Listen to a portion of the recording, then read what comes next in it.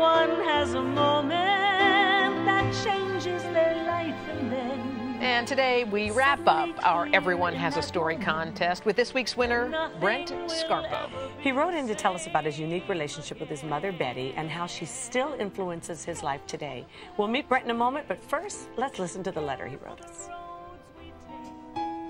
My mother and I always talked about what life would be like after we die. Is there a heaven? What must it be like? After one of our conversations, my mother said she had an idea. Whoever should pass away first would bring a sign to the other person, proving that there was a heaven. We decided on a red balloon and had to be presented somehow to the other person within 24 hours.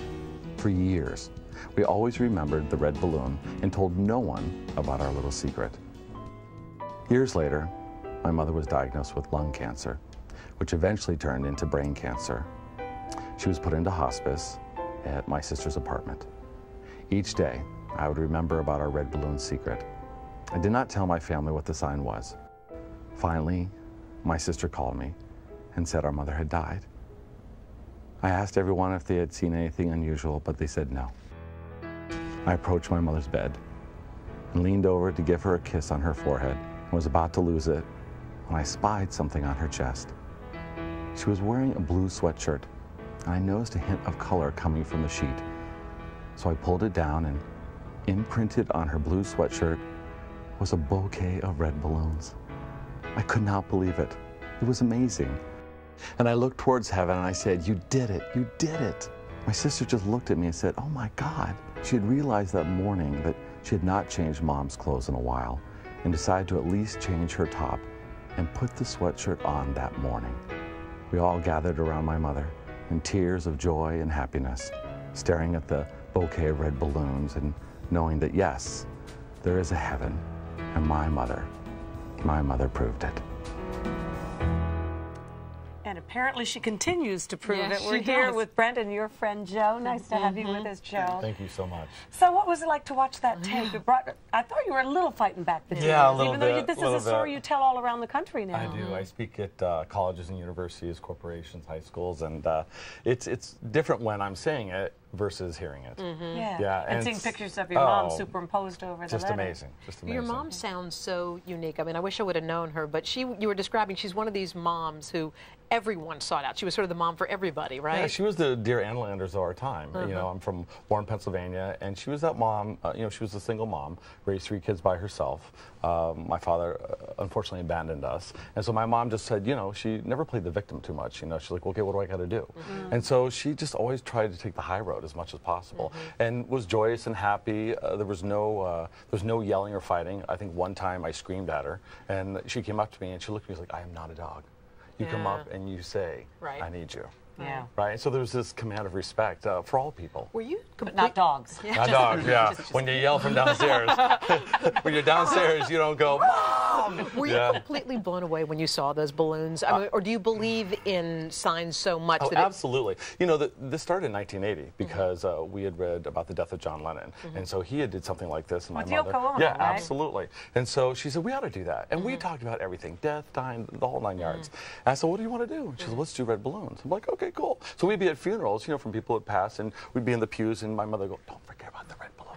So you were the only 2 people that knew That's about it, this from at all. 1980 up until 1997. So what was your reaction when your sister said, what are you talking about? Yeah. I just changed Mom just Yeah. this morning. You know, it's when all those synchronistic events come together, I do believe. You know, my mother used to say that coincidences are God's way of wanting to remain anonymous.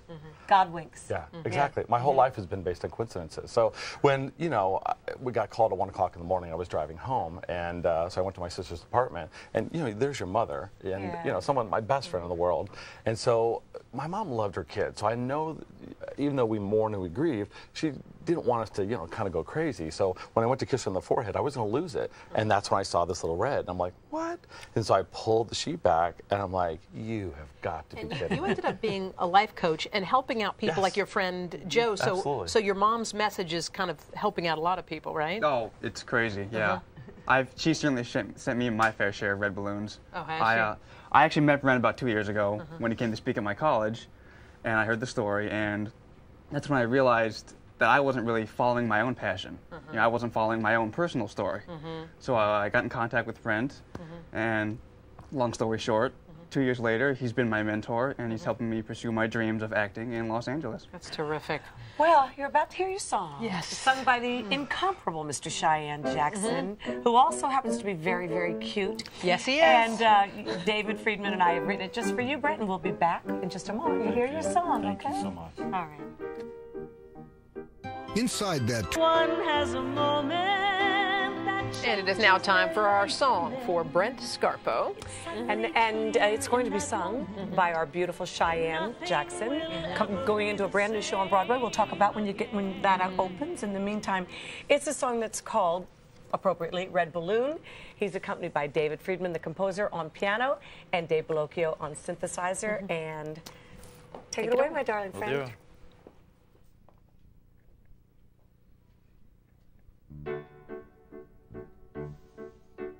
Long ago, my mom and I wondered what happens when people die. Is there a heaven? Will we be all right? We wondered for hours long into the night.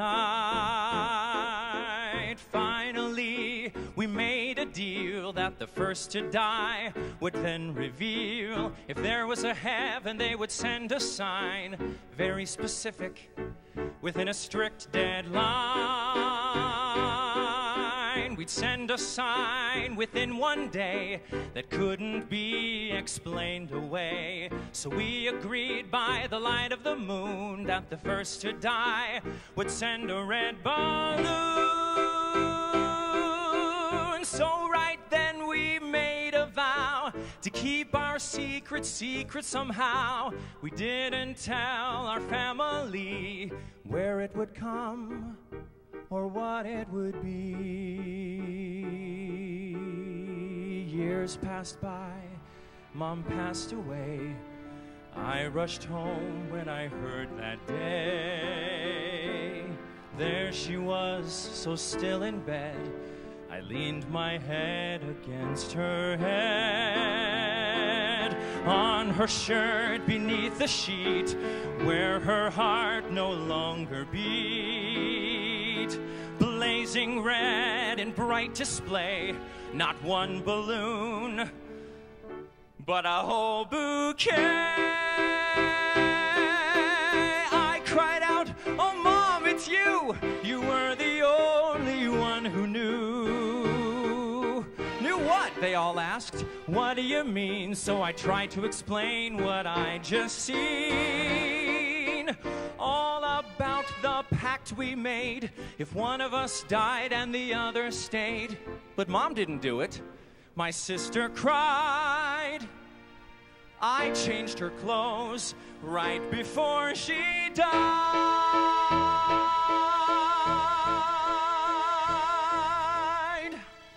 So Mom had given us the sign that she was in heaven and she was fine. And now when I see a red balloon, I look up and smile and say, "I'll see you, Mom, but not too soon."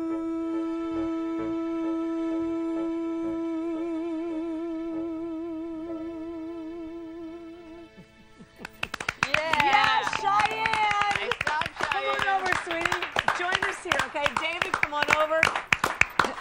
And I think we should have Jamie join us, too. Jamie Barron, who Come on, produced Jamie. all of these segments. Come on, Jamie. Where's God Jamie? bless Jamie Come on, Barron, Jamie. everybody. Let's squeeze it in here, All Jamie. right, so let's get a critical review. What'd you Yes. think of your song? Yes. That it is as if you channeled my mother. Seriously, I'm not kidding you. It's I've seen all 7 episodes. They're amazing. And my mother was just this very happy-go-lucky. Everything's great. Things happen, but we get over them. And just I'm sitting there going, that's my mother. Right? Well, guess who has another red balloon story? Cheyenne does. Oh, yeah? Can you say it I quickly, do, Cheyenne? yeah. We had a death in our family, my brother's little girl, Alexis. Very sudden and very unexpected, but part of the deal at the funeral, we all signed little messages to her to send to heaven, and we tied them on balloons, and mine was red. And we had no idea that. There have been so many coincidences or God winks like that through the whole thing. It's really been great. And writing this story, Kath, how was that for you, writing this one? This is so funny. David and I started this one first and finished it last. The ones that are like this, that are so specific, are the hardest ones to write. And because it was about death, we didn't want it to be, it had to be somber, but it was a long story to tell. And that's why I'm like, wow, that's like amazing. Then Mom died. Right. I know, it had to be respectful. Right. Well, we have a special surprise for you, we as you do. might have noticed now after 7 weeks. We know your mom, Betty, was your best friend in the whole world, and you used to spend weekends together at the Descanso Gardens in La Cañada, right? Yeah, absolutely. Okay, so please listen to this message from David Brown, who is the executive director of Descanso Gardens. Brent, welcome back to Descanso Gardens. We placed a tile in honor of your mother in the children's maze. We'll send you a 1-year membership, which entitles you to come back anytime. 10 years is a long time. Many things have changed here at Descanso, but many haven't. I think you'll be pleased to see your gardens again. Brent, come on back. Wow. You haven't been able to go back since your mom passed away, right? And that's been how long, sweetie? Probably since she died. Yeah. Because she died in La Cañada, and it was our favorite bets. Really good. That's Jamie at her best. Really Jamie, good job. Yeah, And then Julie Where's also. Julie? Is Julie here? Julie, come on and step out if you're there. Come on out. Step out, Julie. We just want everyone to see you. She helped organize this, too, and book it. Julie, come on. You can come. Sit right here on the end. If you And don't I want mind, to right there. particularly Thank you. thank Jim Bell and everybody here at NBC that let us do something that's never, ever been done before on television, which is use what we've learned about theater to bring it to the medium of television. And we're not so finished glad. yet, are we? We're not done with the series. We're It's not? going to Oh, no, we're gonna do it again. It will continue, Yeah, so we're it gonna is do not it over. again. When I can dry up. Or dry out, if you know what I mean. Thank you all so much, Cheyenne, everybody. And Dave Friedman, awesome. great work. Thank Dave you. Thank you. Pelocchio, everybody. All right, Thank we'll be you back so with much. more of Today on NBC. We wandered for hours long into the night. Finally, we made a deal that the first to die would then reveal if they're the sign that she. So I have gifts for you. This is for you, and this is for you. Every story begins with a pen, and I am finishing up a book about my mom, and I love to come back, and I want to take part of the proceeds and donate it to the charities of the 7 stories. Thank you before so us. much. Thank you so Have a great day, much. everybody. You're a doll. Thank you, Bye, honey. everybody. See you Bye. tomorrow. But not too soon.